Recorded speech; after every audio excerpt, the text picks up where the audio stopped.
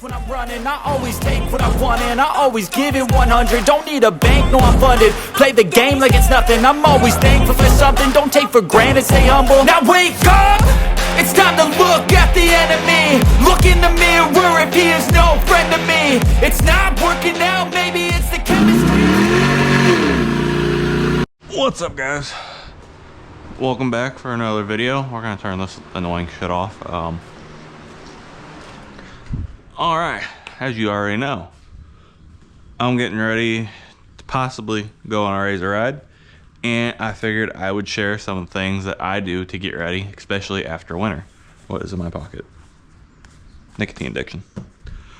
Anyway, we'll start it off pretty nice and easy. Everyone stores their beautiful units in their own different ways. I got a nice garage, got a heater. I keep it about 45 degrees so I don't have to worry too much about my tire pressures, but I go ahead and I check them. These are non-bead locks, those are fake. You know, we know wheels look cool, not function, obviously. I keep these somewhere around 15 to 12 PSI. I think those are pretty, at like 11 or something right now. Carnivore's got a pretty solid sidewall, so I'm not super worried about it. If I remember right, I think those have Kevlar sidewalls. I might be thinking Toyos, not sure on that one, but I like to check my tires. Almost done. Checking my belt, clutches. I did a really good cleaning. I would even say after like every ride to go ahead and blow out your belt box. Is this thing recording? Yeah, we're recording, okay. Now my camera alignment's probably gonna be off, but you know, gotta make sure we're not talking to ourselves for no reason here. As I was saying, I like to blow out the clutches and just everything in the belt box. Typically after every ride, I try not to let the dust and the belt residue and everything else really build up in there. I try to keep it clean. That way I don't have any unnecessary clutch issues, which we haven't so far. I did that. I went ahead and took the belt box off. Last time I went to Pikes, I played in the pond. I got some water in there. As you know, if you have a belt, no bueno. So I went ahead, I took it out, cleaned everything really good. On top of the seal, I went ahead and put this stuff on there, some gasket maker. Probably not the most correct thing in the world to do, but you know, whatever. It's a razor. Do we always do the correct things anyway? Did that, put that in there. While I was in there, I took a piece of Scotch-Brite and some brake cleaner and cleaned up the face on the primary clutch, just in case there was any wear or buildup from the slippage I did have whenever I was getting out of the pond. You know, just make sure she's all good. None of us want to go on a riding trip and it be screwed. And then we just drove a couple hours for nothing. That'll piss you off real quick. Something simple I like to do. I really like this stuff, even though it's kind of getting a little too expensive to use at this point. This is about $27 after tax at O'Reilly's. I will probably be looking into something else.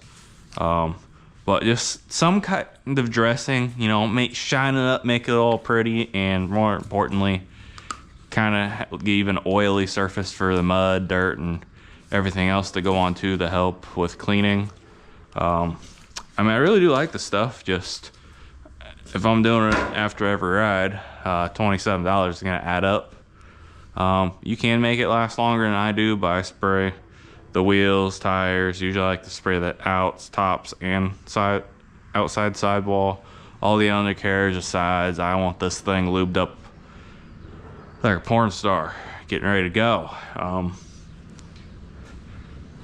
Probably almost importantly, make sure you got some gas in that thing. Last trip, I don't know what was going on. I was only like 1 bar off from full, and it seemed like it was just drinking. So I had to borrow some fuel off somebody. So, you know, you never want to do that. You know, they brought that for them, not to save your butt. So I just fill it up. We're topped off all nice with the good old 93, since we do have a spicy tune on this old girl. I'd say that's most important. I ordered my oil change and spark plugs, which I'm gonna do Thursday. You know, do some last minute servicing before we go. Cause did you really get ready for a trip if you're not doing some last minute stuff? So kind of with that, check your oil, obviously. I'm gonna take a wild guess. Most of you guys already know this stuff, but you know, you clicked on this video for something, or maybe you're someone new to the hobby and you just want to know. No problem with that. Check your coolant, because you know you don't want to overheat that. That's also no fun. That's about the equivalent of running out of gas, in my opinion. Normal coolant's fine. That's in it.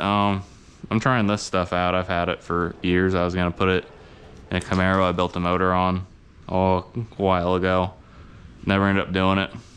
Been sitting on the shelf, so I went ahead and throw this in. If you guys are interested on this, I will post an update or a video on it or anything. This thing really stays pretty cool for the most part. I've had it get hot once, but the radiators and everything were clogged, and I was running it through the serpentine track in Badlands, if you know what that is or where that is. Really, I like to do a good once over on it. I'll be greasing everything up with some good waterproof grease. You know, normal grease will do, but if you can do the waterproof stuff, it's really just gonna last longer and work better for it. You want to keep all your parts good. Should got me a fancy Milwaukee grease gun for that to make my life easier, since I've replaced a lot of things. So it actually has grease zerks now, which is kind of crazy. I don't put grease zerks on things that you know you're gonna beat the crap out of, which I guess, I mean, a lot of people anymore don't know how to service or just don't care to. Grease it up. I think I basically hit the majority of my list. You know, get her cleaned up, waxed up, get her ready to go, and beat the crap out of it. Then you get to spend, you know, the next 8 hours cleaning and detailing it all over again.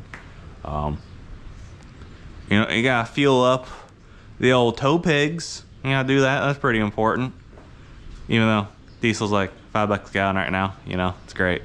Love it. But yeah, guys, I'm gonna go ahead and wrap this on up. I'm gonna try to grab me some clippy doos on the trip. I'm like 70-30 if I'm gonna go. I really want to go. I got some personal things maybe coming up. It might not make it, unsure. But please like, subscribe, comment. As always, thanks for watching.